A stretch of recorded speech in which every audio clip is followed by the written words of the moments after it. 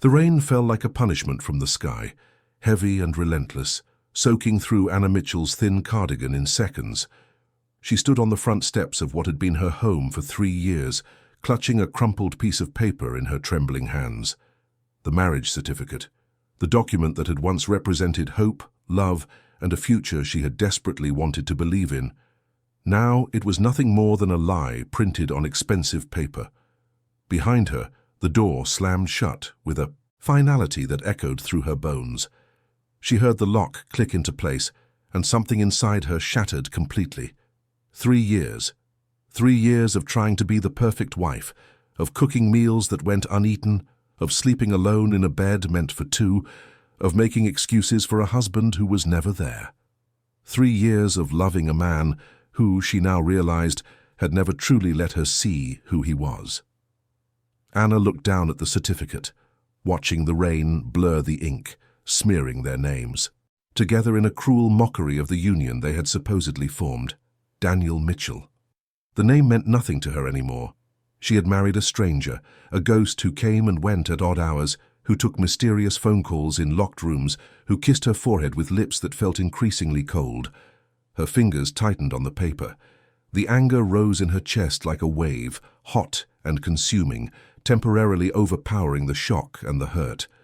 With a cry that was swallowed by the thunder, she tore the certificate in half. Then again, and again. The pieces fluttered from her hands like wounded birds, carried away by the wind and the rain, disappearing into the darkness of the Chicago night. She had caught him, not with another woman, as she had sometimes feared during those long, lonely nights. No, what she had discovered was far more disturbing. Files on his computer left carelessly open while he took a call in another room. Names she did not recognize, amounts of money that made her head spin. References to things that sounded like they belonged in a crime novel, not in her husband's home office. When she had confronted him, his face had changed. The man she thought she knew, the quiet businessman with the gentle smile, had vanished. In his place stood someone harder, colder, with eyes that held secrets darker than any shadow. He had told her to forget what she had seen. She had refused. She had demanded answers, explanations, the truth that he had been hiding from her, for their entire marriage, and so he had told her to leave, just like that. 3 years erased in a single sentence. Pack your things and go. His voice had been calm, almost clinical, as if he were discussing a business transaction rather than ending a marriage. She had stood there, frozen, unable to process what was happening. This could not be real. This could not be her life unraveling before her eyes. But it was real. And now she was standing in the rain, with nothing but the clothes on her, back and a heart that felt like it had been ripped from her chest. Anna began to walk. She did not know where she was going. She had no family in Chicago, no close friends she could call at this hour. Her parents were gone, victims of a car accident 5 years ago. Her sister lived in Seattle, and they had grown apart over the years. She was alone, completely and utterly alone, in a city that suddenly felt as foreign as another planet. The streets were empty at this hour, the rain keeping everyone indoors. Streetlights cast pools of orange light on the wet pavement, and Anna walked through them like a ghost, barely aware of her surroundings. Her mind kept replaying the images she had seen on that computer screen. The conversations she had overheard when Daniel thought she was asleep. The late-night visitors who spoke in hushed voices and left before dawn. She had been so blind, so desperate to believe in the fairy tale she had constructed, the story of the successful businessman who had swept her off her feet and given her a life of comfort and security. She had ignored the warning signs, the inconsistencies, the moments when something felt off. She had wanted so badly to be loved that she had accepted whatever version of himself he chose to present. The rain began to ease, fading to a gentle drizzle that felt almost like tears against her skin. Anna found herself in a part of the city she did not recognize, surrounded by towering buildings that blocked out what little. Moonlight filtered through the clouds. She was cold, exhausted, and more frightened than she had ever been in her life. She spotted a small diner across the street, its windows glowing with warm yellow light. The sign read, "Rosie's," in faded red letters, and through the glass she could see a handful of patrons hunched over cups of coffee. It looked safe. It looked like a place where she could sit down, gather her thoughts, and figure out what to do next. Anna crossed the street, pushed open the door and stepped inside. A bell chimed overhead, announcing her arrival to the mostly empty room. The smell of coffee and bacon grease wrapped around her like a blanket, and for a moment she just stood there, dripping on the welcome mat, trying to remember how to breathe. A waitress approached her, a middle-aged woman with kind eyes and a name tag that read Dolores. She took one look at Anna's soaked clothes and pale face and immediately guided her to a booth in the corner, away from the curious glances of the other customers. "Honey, you look like you've been through a storm in more ways than one," Dolores said, her voice gentle with concern. "Let me get you some coffee and a towel." "On the house." Anna nodded, unable to speak around the lump in her throat. She slid into the booth, her wet clothes squeaking against the vinyl seat, and stared at the table without really seeing it. The pieces of her life lay scattered around her like the torn fragments of her marriage certificate, and she had no idea how to put them back together. The coffee arrived steaming and strong, and Anna wrapped her hands around the mug, desperate for any warmth she could find. She took a sip, felt the heat spread through her chest, and finally allowed herself to think about what she had discovered. Daniel was not a businessman, or rather he was, but his business was something far darker than the import-export company he claimed to run. The files she had seen contained references to territories, to operations, to individuals who needed to be handled. There were spreadsheets tracking money that flowed through dozens of shell companies. There were photographs of men she did not recognize, annotated with notes in Daniel's neat handwriting. Her husband was a criminal, and not just any criminal. From what she had pieced together in those few horrifying minutes before he caught her, Daniel Mitchell was someone powerful, someone dangerous, someone who operated in a world she had only ever seen in movies and television shows, a world of shadows and secrets and violence. And she had been married to him for 3 years without knowing any of it. Anna felt sick. She pushed the coffee away and pressed her hands against her eyes, trying to stop the tears that threatened to fall. How could she have been so foolish? How could she have shared a bed with a man whose true nature was so completely hidden from her? What else did she not know? What other lies had her entire marriage been built upon? The bell over the door chimed again, and Anna looked up instinctively. A man entered the diner, tall and broad-shouldered, with dark hair that was slightly damp from the rain. He wore an expensive coat over what looked like a tailored suit, and he moved with the easy confidence of someone accustomed to being in control. His eyes swept the room in a quick, assessing glance before landing on Anna. She felt a jolt of recognition, though she was certain she had never seen him before. There was something familiar about him, something that tugged at the edges of her memory. But before she could place it, he turned away and took a seat at the counter, ordering coffee in a low, quiet voice. Anna forced herself to look away. She had bigger problems than a stranger in a diner. She needed to figure out where she was going to sleep tonight. She needed to decide whether to go to the police with what she knew. She needed to understand why her husband, who had professed to love her, had thrown her out into the storm like she meant nothing. But as she sat there, shivering in her wet clothes, she could not shake the feeling that her life was about to change in ways she could not even begin to imagine. The rain had washed away everything she thought she knew, and in its place was a vast, terrifying unknown.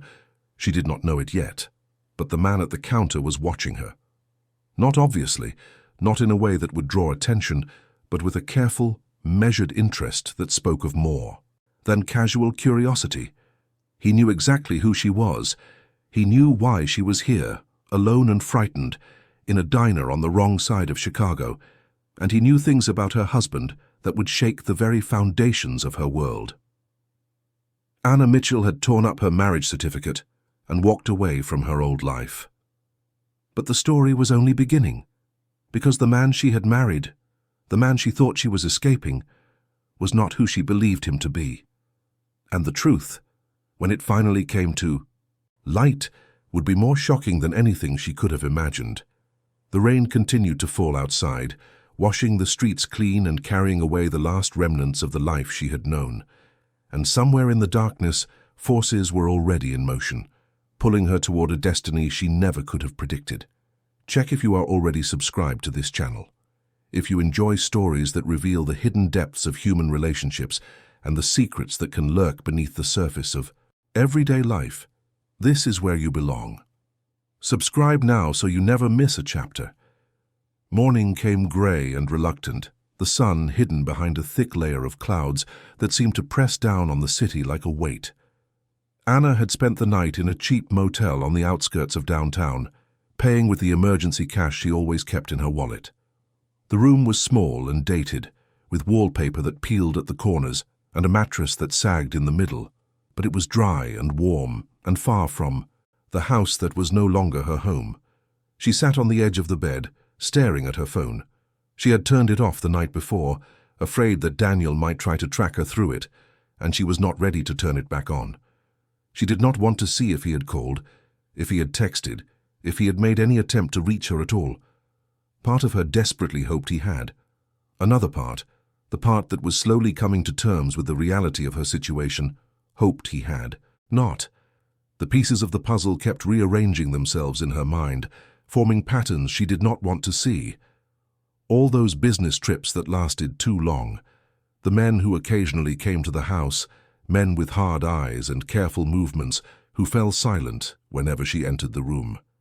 The way Daniel always seemed to know things before they happened, as if he had access to information that ordinary people did not. She had married a man who lived in shadows, and she had never even noticed. Anna finally turned on her phone, bracing herself for whatever awaited her. The screen lit up, notifications flooding in. 17 missed calls from Daniel, 32 text messages. She did not read them. She could not bear to see whatever excuses or explanations or threats he might have sent. Instead, she opened her contacts and scrolled until she found the name she was looking for. Rebecca Torres. The only real friend she had made during her years in Chicago. They had met at a coffee shop 3 years ago, bonding over a shared love of mystery novels and a mutual distaste for the pretentious wine bars that seemed to dominate the neighborhood. Rebecca was a journalist, sharp and curious, with a nose for stories that others overlooked. If anyone could help Anna understand what she had stumbled into, it was her. The phone rang twice before Rebecca picked up. "Anna? Oh my God, I've been trying to reach you. Are you okay? Where are you?" "I left him," Anna said, and her voice cracked on the words. "Rebecca, I found something on his computer. I think he's involved in something terrible." There was a long pause on the other end of the line. When Rebecca spoke again, her voice was careful, measured. "Anna, listen to me. Where are you right now? Are you somewhere safe?" "A motel. The Starlight Inn off Route 41. "Rebecca, what's going on? You sound strange." Another pause, longer this time. "Stay there. Don't go anywhere. Don't talk to anyone. I'm coming to get you. There's something I need to tell you, and it has to be in person." The line went dead before Anna could respond. She stared at the phone, her heart beating faster. Rebecca knew something. The tone in her voice, the urgency in her words, spoke of knowledge that went beyond casual concern. What had her friend been hiding from her? The next 2 hours passed in agonizing slowness. Anna paced the small room, unable to sit still, unable to focus on anything except the growing dread in her stomach.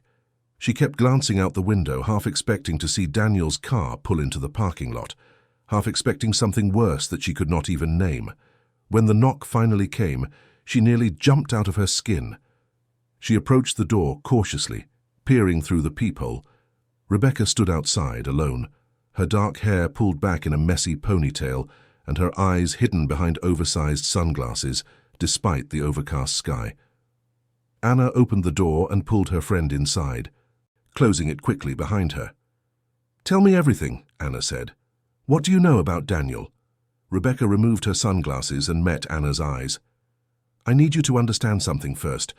I've been investigating your husband for almost 2 years. I should have told you, but I was afraid. Afraid of what he might do if he found out, afraid of putting you in danger. But now that you've left him, now that you know something is wrong, I can't keep this from you anymore." Anna felt the room tilt, slightly. 2 years. You've known for 2 years and you never said anything. I knew he was dangerous. I knew he was connected to things that most people only read about in headlines. But I didn't have proof, Anna. Not the kind of proof that would stick. And I thought as long as you were with him, as long as you were his wife, you were protected. He would never hurt someone he loved. He threw me out into the rain like I was nothing, like our entire marriage was nothing. Anna's voice was bitter, edged with betrayal that now extended to her closest friend. Rebecca nodded slowly. "Because you found out the truth, or part of it anyway. Daniel Mitchell is not just some businessman with shady connections. He's the head of one of the most powerful criminal organizations on the East Coast. His real name is not even Daniel Mitchell. That's an identity he created 15 years ago when he decided to build a legitimate front for his operations." The words hung in the air, impossible and undeniable. Anna sank onto the bed, her legs unable to support her any longer. "What are you saying? That my husband is... what? A crime boss? Like in the movies?" "Not like in the movies. In real life, real operations, real money, real consequences. He controls half the shipping that comes through Chicago's ports. He has connections in city government, in law enforcement, in places that would make your head spin.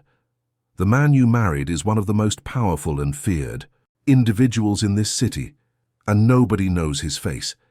That's how he's survived this long." Anna thought she might be sick. All those quiet evenings at home, all those tender moments, all those whispered promises in the dark. Had any of it been real? Or had she been nothing more than another piece of his carefully constructed facade, a prop in the elaborate performance of normalcy he presented to the world? "Why me?" she whispered. "Why did he marry me?" Rebecca sat down beside her, taking her hands. "I've been trying to figure that out. From everything I've uncovered, Daniel doesn't do anything without a reason. Every move he makes is calculated, strategic. But when it comes to you, I think you might be the one thing in his life that wasn't part of a plan. I think he actually fell in love with you. Then why did he throw me away? Because you saw behind the curtain, because you became a liability instead of an asset. Men like Daniel, they operate on cold logic. The moment you knew his secret, you became a threat. The fact that he let you walk away alive tells me there's something else going on, some part of this puzzle we're not seeing yet." Anna pulled her hands free and stood up, moving to the window. The parking lot below was nearly empty, just a few cars scattered across the faded asphalt. Normal cars, belonging to normal people with normal lives. She had never felt further from that world. "What am I supposed to do now? Go to the police? Would they even believe? Me?" Rebecca joined her at the window. "The police are complicated. Daniel has people everywhere. I don't know who we can trust and who might be on his payroll, but I have contacts, people who've been trying to bring him down for years. If you're willing to help, if you're willing to tell them what you know, we might finally be able to—" She stopped mid-sentence, her body going rigid. Anna followed her gaze and felt her blood turn to ice. A black SUV had pulled into the parking lot, sleek and expensive, completely out of place in this rundown neighborhood.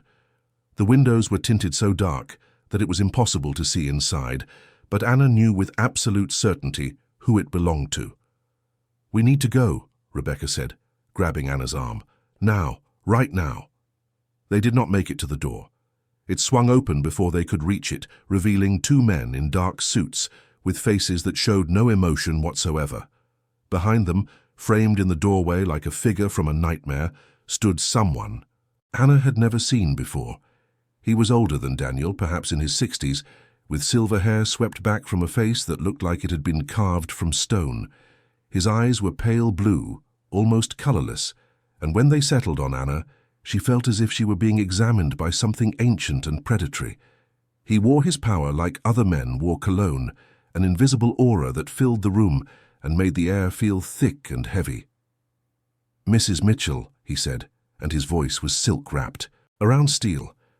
We need to talk about your husband. Anna's throat constricted. This was not Daniel's people. The recognition was instinctive, primal. This was someone else, someone whose presence spoke of different dangers and different agendas. She had escaped one trap only to fall into another. The older man smiled, but it did not reach his eyes. My name is Victor Marchetti, and I'm afraid you've stumbled into something much larger than a failed marriage. Victor Marchetti settled into the rooms-only chair as if he owned it, as if he owned the entire motel and everything in it. His two men remained by the door, hands folded in front of them, eyes scanning constantly for threats that probably did not exist. Anna and Rebecca stood by the window, united in their fear, watching the scene unfold like spectators at their own disaster. Please sit, Victor said, gesturing to the bed. I assure you, if I meant you harm, we would not be having this conversation. Anna did not move. Who are you? What do you want? Victor's pale eyes studied her with unsettling intensity. I am someone who has been watching Daniel Mitchell for a very long time, someone who has a vested interest in seeing his empire crumble, and you, Mrs. Mitchell, have just become the most valuable piece on the board. I don't know anything. I found some files on his computer, that's all. I don't even know what half of it meant. But you saw it. You were inside his home, inside his life, for 3 years. You know things you don't even realize you know.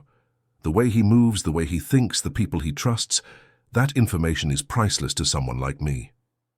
Rebecca stepped forward, her journalist's instincts overriding her fear. Victor Marchetti, I know that name. You're the head of the Marchetti family. You and Daniel are rivals. Victor inclined his head in acknowledgement. Rival is a strong word. We occupy overlapping territories. For years there has been an uneasy peace between our organizations, but recently Daniel has been making moves that threaten to upset the balance, moves that cannot be allowed to continue. Anna felt sick.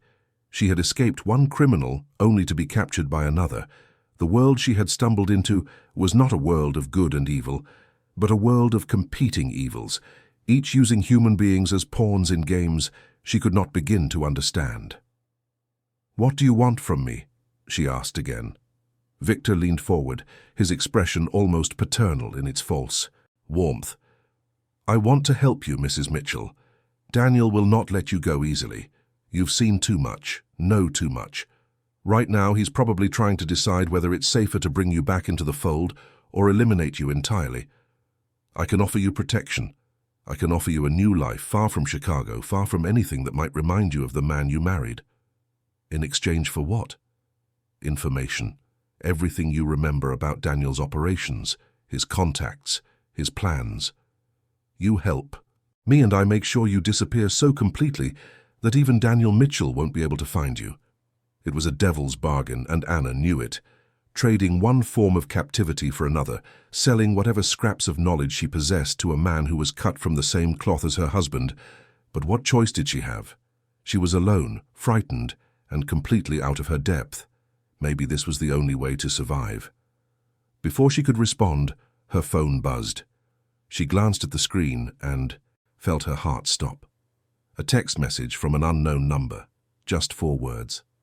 Don't trust him, run. Victor saw her expression change and held out his hand. The phone, please. Anna's mind raced. Someone was trying to warn her. Someone who knew where she was, who knew about Victor, who wanted her to escape. But who? And how? The phone, Mrs. Mitchell. Now. She handed it over, watching as Victor read the message. His expression flickered, just for a moment, before the mask of calm settled back into place.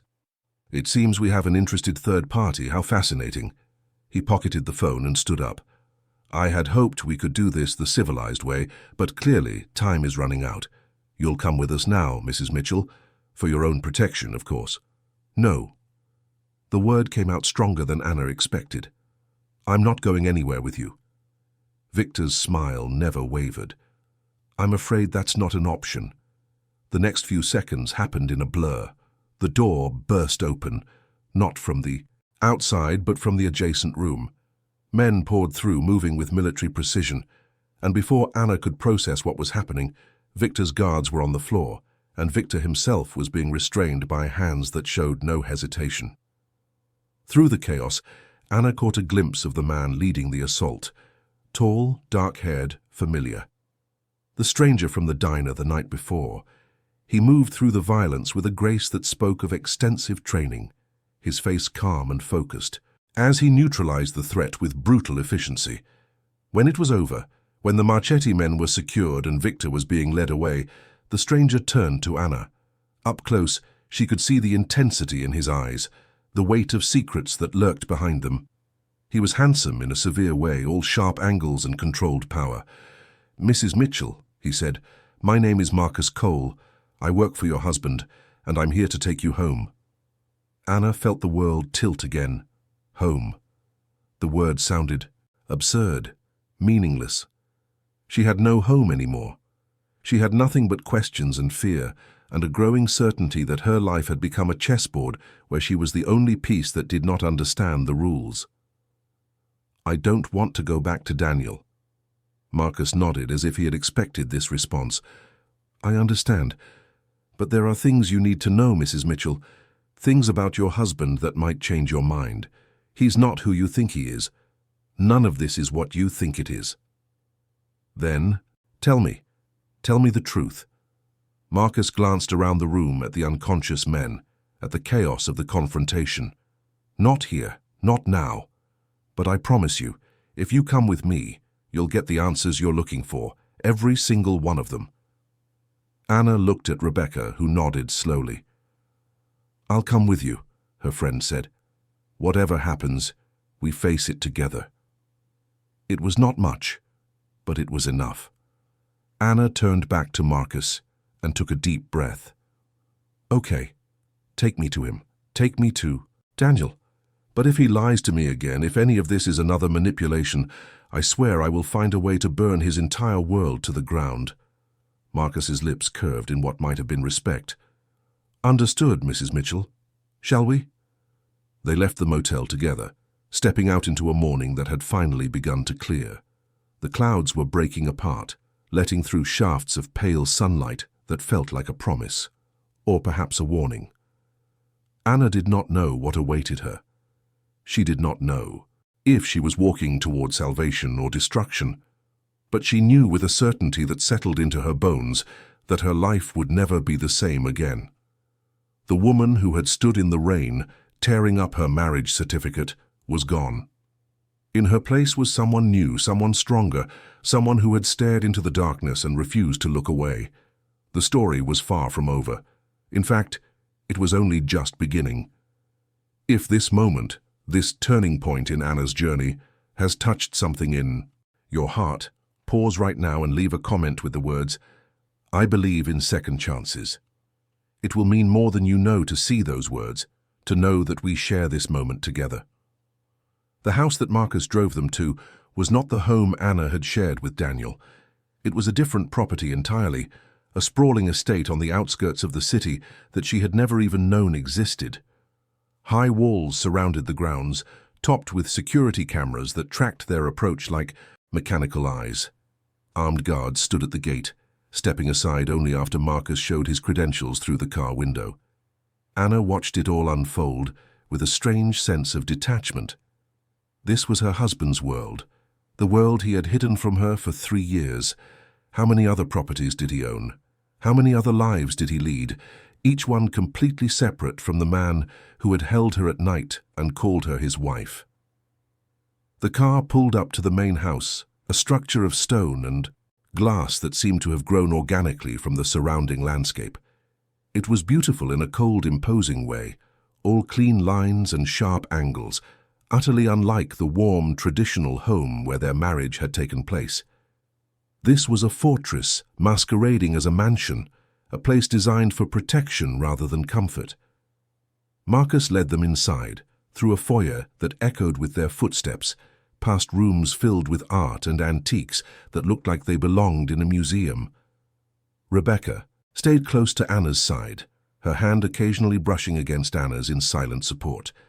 They were both strangers here, both navigating territory that felt alien and dangerous. Finally, they reached a set of double doors at the end of a long hallway. Marcus paused, turning to face Anna. "He's inside. He's been waiting for you since last night. Whatever you're feeling right now, whatever anger or fear or confusion, I ask only that you give him a chance to explain." "Why should I?" "Because the man in that room is not the man you think you married. He's someone else entirely, and when you understand the truth, I believe you'll see everything differently." Anna wanted to argue, wanted to demand more answers before facing her husband again. But something in Marcus's eyes stopped her.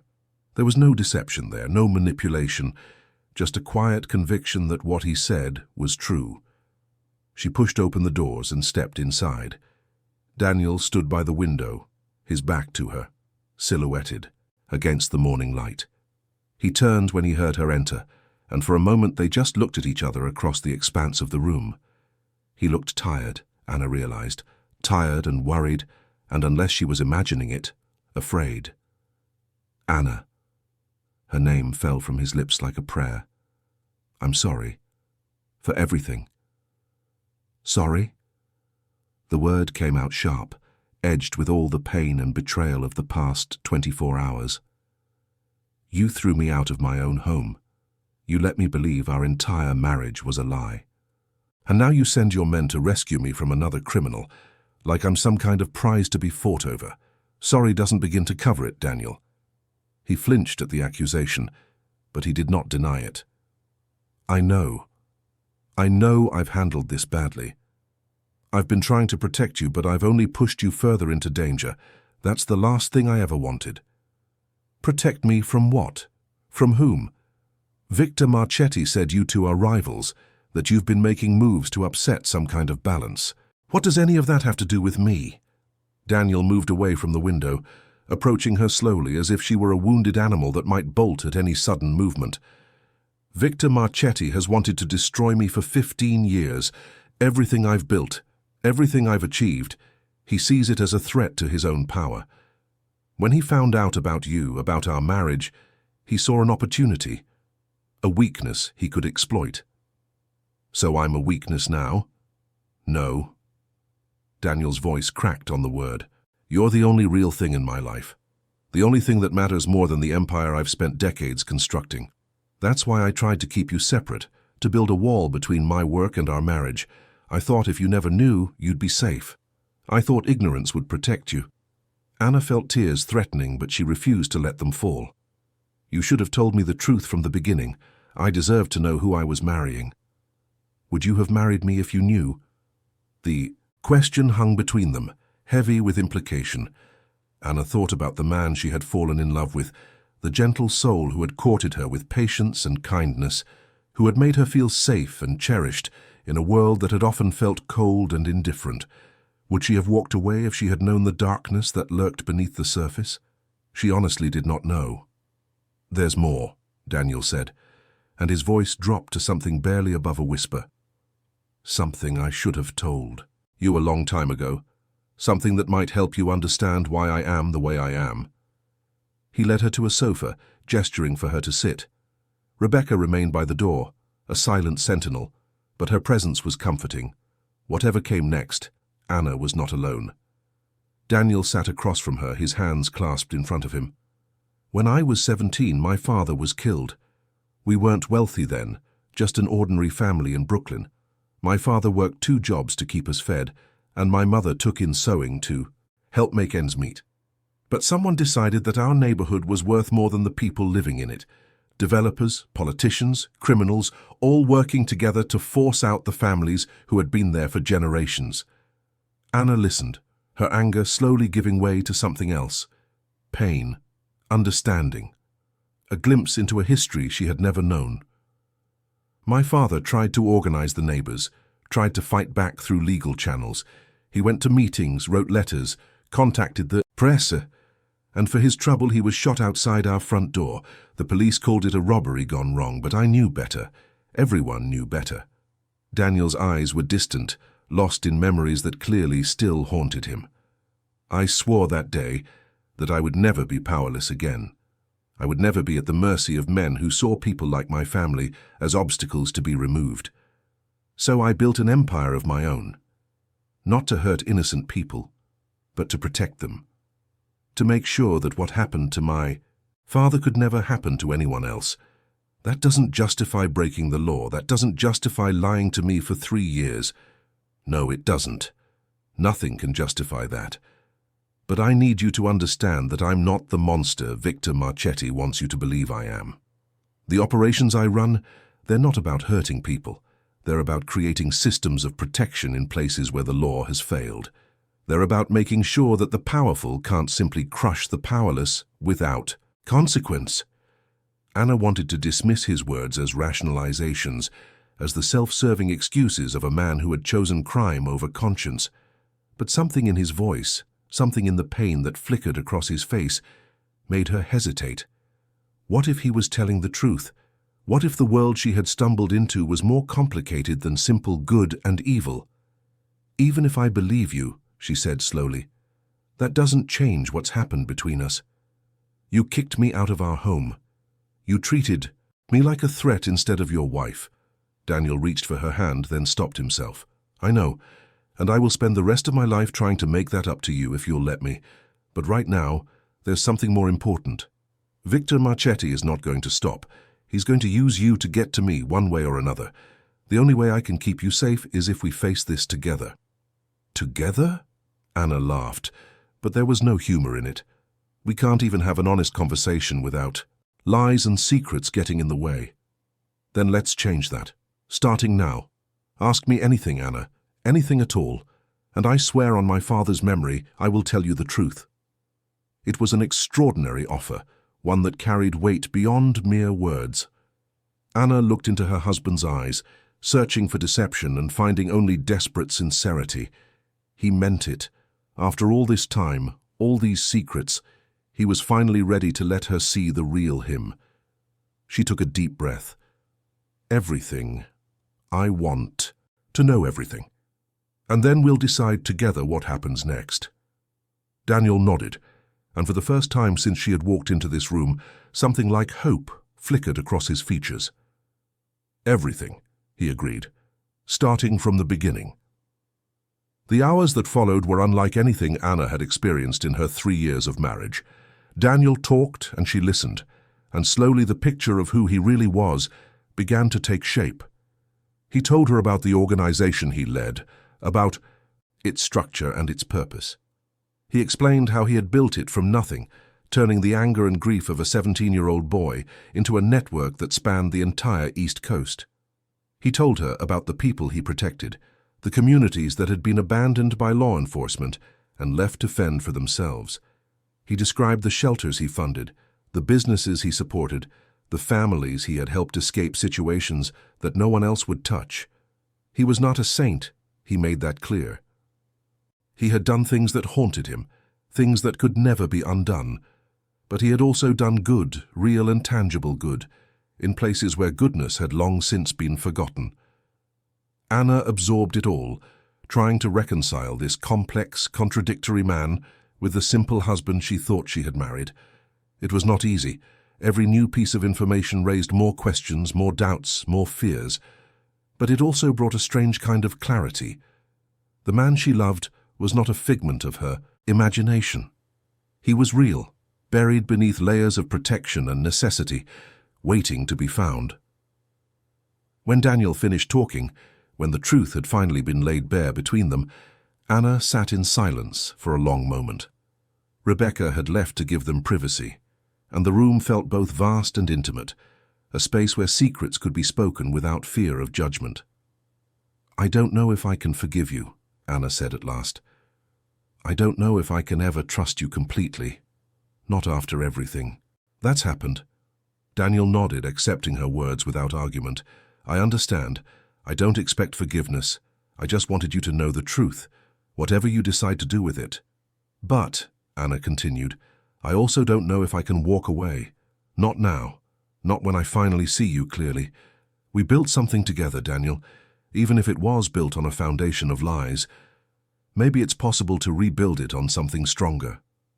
Hope and caution warred in Daniel's expression. "What are you?" "Saying, I'm saying I need time. Time to process, time to decide, time to figure out who I am in this new reality. But I'm also saying that I'm not ready to give up on us. Not yet." It was not the declaration of love that Daniel had perhaps hoped for, but it was enough. It was a starting point, a crack in the wall that might eventually become a door. He reached for her hand, and this time she let him take it, feeling the warmth of his skin against hers. "Whatever you need," he said. "Whatever. Time, whatever space. I will wait. I have been waiting my whole life for someone like you, Anna. I can wait a little longer." The moment was interrupted by a sharp knock at the door. Marcus entered, his expression tense. "Sir, we have a situation. Victor Marchetti has escaped custody. He's gone to ground, and our sources say he's planning something big, something that involves both of you." Daniel was on his feet instantly, the tender husband vanishing into the hardened leader. "What do we—" "No, not much yet, but there's chatter about a meeting tonight, a gathering of people who want to see you fall. Marchetti is calling in every favor he has, trying to build a coalition against us." Anna stood as well, her mind racing. "What does this mean? What happens now?" Daniel turned to her, and she saw the conflict in his eyes. He wanted to protect her, to shelter her from the storm that was coming, but he also recognized that she had earned the right to face it alongside him. "It means, we fight," he said, "and this time we fight together." The next few hours were a whirlwind of activity. The estate transformed into a command center, with maps spread across tables and phones ringing constantly. Anna found herself drawn into the preparations, her background as a nurse suddenly useful in ways she had never anticipated. She helped organize medical supplies, worked with the staff to prepare contingency plans, and generally made herself useful wherever she could. It felt strange, being part of this world that had existed alongside her ordinary life without her knowledge. But it also felt right, in a way she could not fully explain. She was no longer a passive observer, no longer a victim of circumstances beyond her control.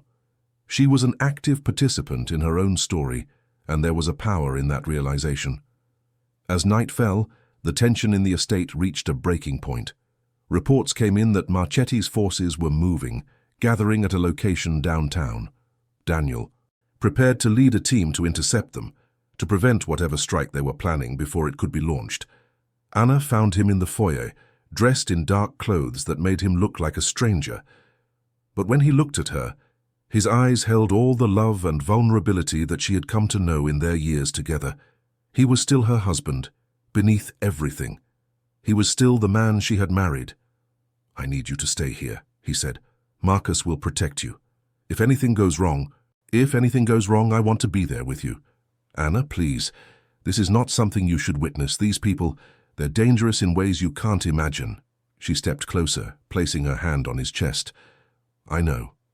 I've spent the last 24 hours learning exactly how dangerous this world is, but I'm not going to hide in a safe room while you risk your life. We said we would face this together. I meant it." Daniel looked like he wanted to argue, but something in her expression stopped him. He sighed, reaching up to cup her face in his hands. "You are the most stubborn, infuriating, remarkable woman I have ever known. And you love me for it. More than you will ever know." He kissed her then, soft and desperate, a promise wrapped in a farewell. When they pulled apart, there were tears in both their eyes, but neither of them acknowledged them. "Stay close to me," Daniel said. "No matter what happens, stay close. Always." They left the estate together, heading into the darkness that awaited them. And somewhere in that darkness, Victor Marchetti was waiting, planning, preparing to bring their world crashing down around them. The warehouse district on the south side of Chicago lay silent under the night sky, its buildings standing like tombstones in a cemetery of abandoned industry. Once these structures had hummed with activity, workers loading and unloading cargo from ships that traveled the world. Now they stood empty, victims of economic forces that had rendered them obsolete. It was here, in this graveyard of broken dreams, that Victor Marchetti had chosen to make his stand. Anna sat beside Daniel in the back of an armored vehicle, surrounded by men who moved with the easy competence of soldiers. She had insisted on coming, and Daniel had reluctantly agreed, knowing that trying to stop her would only waste precious time. But he had positioned her at the rear of the operation, far from the front lines, with explicit orders to stay in the vehicle unless absolutely necessary. She had agreed to these conditions, understanding that her presence was already a compromise on his part. She was not trained for combat, not prepared for the violence that might be required. But she was here, and that was what mattered. The vehicle stopped a block away from the target warehouse. Through the tinted windows, Anna could see figures moving in the shadows, silhouettes against the faint light that spilled from inside the building. Marchetti's men preparing for a confrontation that they did not yet know was coming. Daniel turned to her, his face illuminated by the soft glow of the dashboard lights. "I need you to promise me something. If anything goes wrong, if this turns into something we can't control, you get out. You take this vehicle and you drive until you can't drive anymore. Do you understand?" "I understand." Anna took his hand, holding it tightly. "But I'm not leaving you." "Anna, I'm not leaving you." Her voice was firm, brooking no argument. "Whatever happens in there, we face it together. That's what you said, that's what we agreed." Daniel looked at her for a long moment, emotions flickering across his face too quickly to read. Then he nodded, accepting her decision. "Together," he repeated. "Okay. Together." He leaned forward and kissed her, hard and quick, then turned and exited the vehicle. Anna watched through the window as he joined his men, gave final instructions, and began the approach. To the warehouse, the figures moved like shadows themselves, blending into the darkness with practiced ease. Minutes passed. Each second felt like an hour. Anna kept her eyes fixed on the warehouse, watching for any sign of what was happening inside. The silence was oppressive, broken only by the distant sound of traffic and the occasional crackle of radio static. Then, suddenly, light exploded from the warehouse windows. Not the light of fire or explosion, but the harsh, artificial light of floodlights snapping on all at once. Anna heard shouts, the sounds of struggle, and her heart stopped beating in her chest. She was out of the vehicle before she could think, running toward the warehouse with no thought for her own safety. Someone tried to stop her, one of Daniel's men stationed nearby, but she pushed past him with strength she did not know she possessed. All she could think about was Daniel. Daniel in danger. Daniel needing her.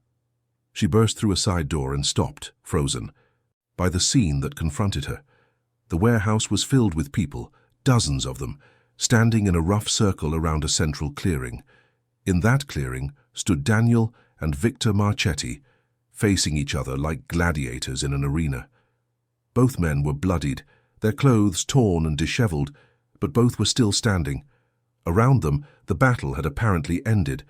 Marchetti's men were on their knees, disarmed and defeated, watched over by Daniel's forces. It was over, or nearly over. Whatever violence had occurred, Daniel's side had won. But Victor Marchetti was not done. He stood with his hands raised, a mocking smile on his battered face. "You think this changes anything?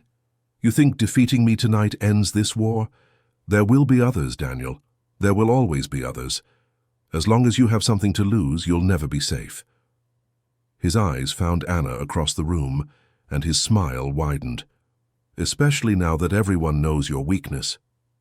Daniel stepped forward, his voice low and dangerous. "She is not a weakness, she is my strength, and anyone who threatens her will answer to me personally." Brave words, but words don't stop men like me. Power does, and power can always be taken away. "Then take it." Daniel spread his arms, inviting attack. "Right here, right now, just you and me, no armies, no allies, just two men settling a score. That's what you want, isn't it? That's what this has always been about." Marchetti's smile faltered. For all his bravado, he was an old man facing a younger, stronger opponent. The advantage he had sought through numbers and surprise had evaporated, leaving him exposed and vulnerable. "I didn't think so." Daniel turned his back on his rival, a gesture of contempt that spoke louder than words. "Take him away, this is over." But Anna saw what Daniel did not. She saw Marchetti's hand move toward his pocket, saw the flash of metal as he drew a small weapon he had somehow concealed. Without thinking, she screamed a warning, her voice cutting through the silence of the warehouse. "Daniel!"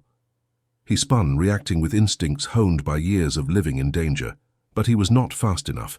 The shot rang out, echoing off the metal walls, and Anna felt something tear through her body like fire. She looked down, confused, and saw blood spreading across her shirt. The world tilted, sounds becoming distant and muffled. She was falling, she realized, falling toward the cold concrete floor of the warehouse. Hands caught her before she landed. Daniel's hands, strong and trembling, cradling her against his chest. She could hear him speaking, shouting orders, calling her name. But the words seemed to come from very far away. "Anna. Anna, stay with me. Look at me. Don't close your eyes." She tried to obey, tried to focus on his face above her. He looked terrified, more frightened than she had ever seen him. The powerful crime lord, the man who controlled an empire, was crying, tears streaming down his face, as he pressed his hands against her wound. "I'm sorry," she whispered. "I should have stayed in the car." "Don't talk. Save your strength. Help is coming. Just hold on." She wanted to tell him that she loved him, that she forgave him, that the past day had shown her who he really was and she had finally accepted it. But the darkness was closing in, pulling her under, and she could not find the words. The last thing she saw before the world went black was Daniel's face, twisted with grief and determination. The last thing she heard was his voice, promising that everything would be okay, promising that he would never let her go. And somewhere in the distance, the sound of sirens, growing closer, bringing help that might arrive too late. Light, white and pure, surrounding her, filling her. For a moment Anna thought she had died, that this was whatever came next. But then the light resolved into a ceiling, institutional white, marked with the distinctive tiles of a hospital room. She blinked, her eyes adjusting to the brightness. Her body felt heavy, weighted down by something she could not identify. When she tried to move, pain flared in her side, sharp and immediate, and she gasped. "Don't try to move." The voice was Daniel's, rough with exhaustion and relief. He sat beside her bed, holding her hand, looking like he had not slept in days. "You're safe. You're in the hospital. Everything is okay." "What happened?" Her voice came out as a croak, her throat dry and scratchy. "You saved my life." Daniel's eyes glistened with unshed tears. "That man Marchetti, he would have shot me. You warned me just in time, but you stepped into the path of the shot. You took it meant for me."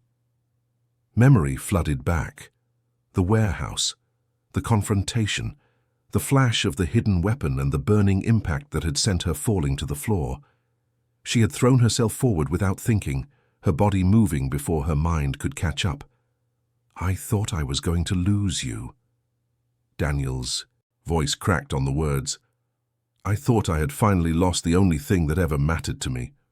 You can't get rid of me that easily." She tried to smile, but it came out as more of a grimace. "How long have I been here?" 3 days. The surgery was complicated, but the doctors say you're going to make a full recovery. It will take time, but you're strong, Anna. Stronger than anyone I've ever known." 3 days. She had been unconscious for 3 days while her body fought to heal. And Daniel had been here, she knew instinctively. He had not left her side.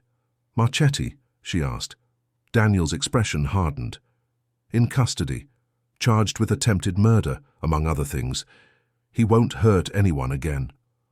There was more to the story she could tell. Things that had happened while she was unconscious, consequences that had unfolded from that night in the warehouse. But she was too tired to ask, and somehow she knew that whatever had occurred, Daniel had handled it. He had protected her, protected their future, just as he had promised. "I need to tell you something," she said, gathering her strength. "Before everything happened, before I got shot, I was going to tell you something important. You don't have to—" "I forgive you." The words came out simple and direct, carrying the weight of everything she had learned in the past few days. I understand why you did what you did. I don't agree with all of it, and I'm still hurt by the lies. But I understand, and I choose to, and move forward, with you, if you still want that. Daniel brought her hand to his lips, pressing a kiss against her knuckles. I want that more than anything. I will spend the rest of my life proving that you made the right choice. You better. She smiled, and this time it was genuine, because I'm not going anywhere. They stayed like that for a while, hand in hand, letting the silence speak for them. Outside the window, the sun was setting, painting the sky in shades of orange and gold. A new day was ending, and a new chapter of their lives was beginning. The road ahead would not be easy. There would be challenges to face, obstacles to overcome, a world of complexity and danger that would always be part of their lives. But they would face it together, as partners, as equals. The lies and secrets of the past had been exposed, and in their place was something stronger, a foundation of truth and understanding that could weather any storm. Anna closed her eyes, exhaustion finally claiming her. But for the first time in days, the darkness felt peaceful rather than threatening. She was safe, she was loved, and whatever tomorrow might bring, she was ready to face it. Recovery was slow and sometimes frustrating. Anna spent 2 more weeks in the hospital, gradually regaining her strength under the watchful eyes of doctors who treated her like fragile glass.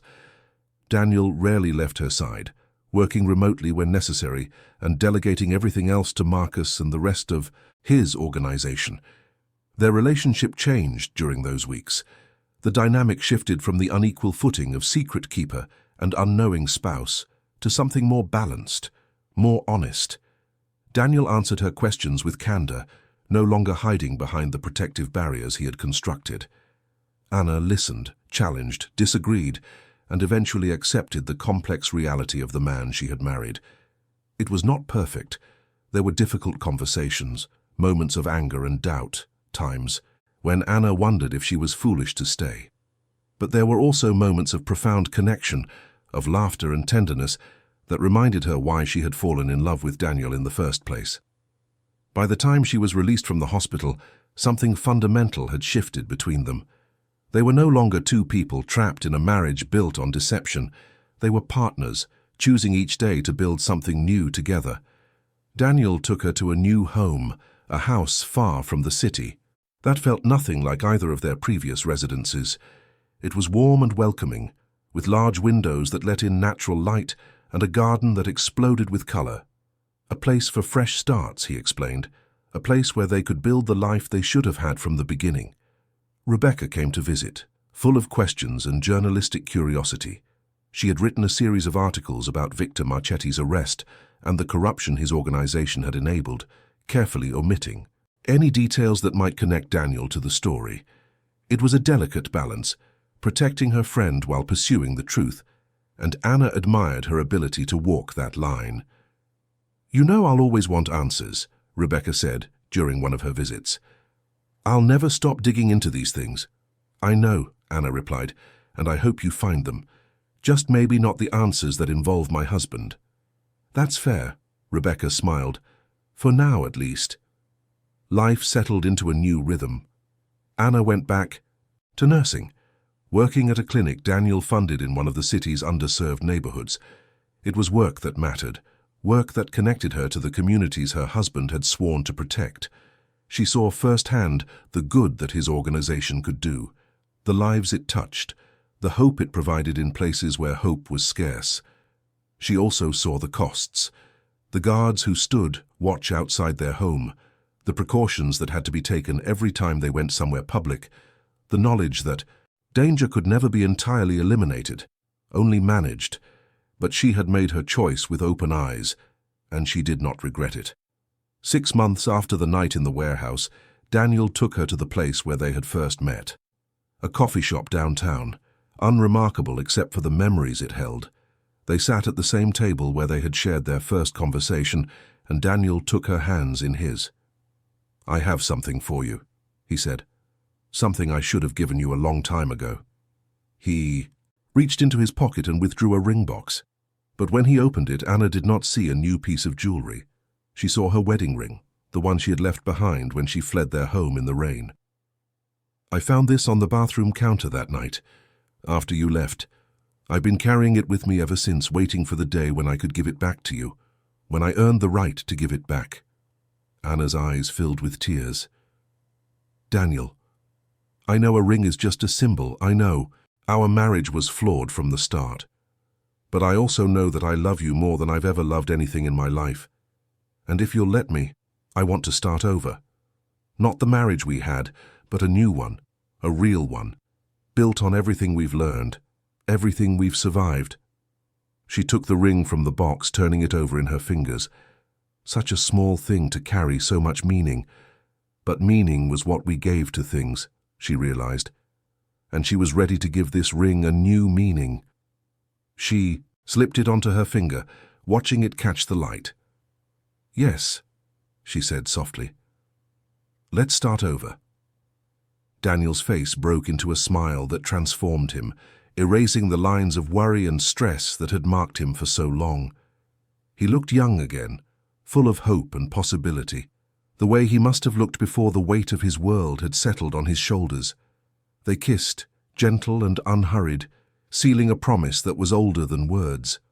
Around them, the coffee shop continued its everyday bustle, completely unaware of the private miracle taking place at the corner table. Outside, the sun was shining.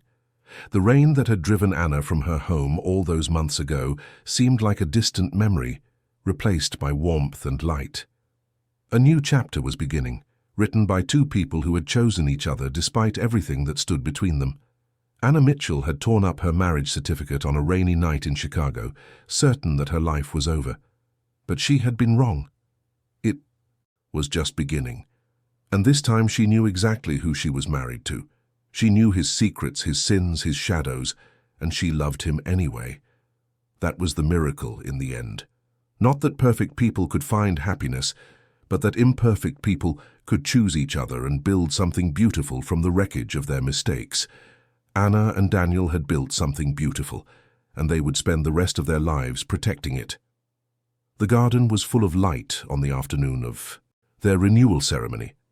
Friends and family gathered on white chairs beneath a canopy of flowers, watching as Anna and Daniel stood together at the altar they had built in the backyard of their new home. This time, there were no secrets. This time, every person present knew exactly who they were celebrating. The guest list was small and carefully curated, including only those who had earned their trust through years of loyalty and discretion. Rebecca stood as Anna's maid of honor, beaming with happiness for her friend. Marcus served as Daniel's best man, his usually stern face softened by the emotion of the moment. The ceremony was simple and sincere. They wrote their own vows, promises that acknowledged the journey they had taken to reach this moment. Anna spoke of forgiveness and growth, of learning to love someone completely, shadows and all. Daniel spoke of redemption and gratitude, of finding a partner who challenged him to be better than he had ever believed he could be. When they exchanged rings, it was not the first time they had made these promises, but it was the first time they made them with complete honesty, with full knowledge of what they were pledging and why. The party afterward lasted until well past midnight. There was dancing and laughter, and stories shared among friends who had become family.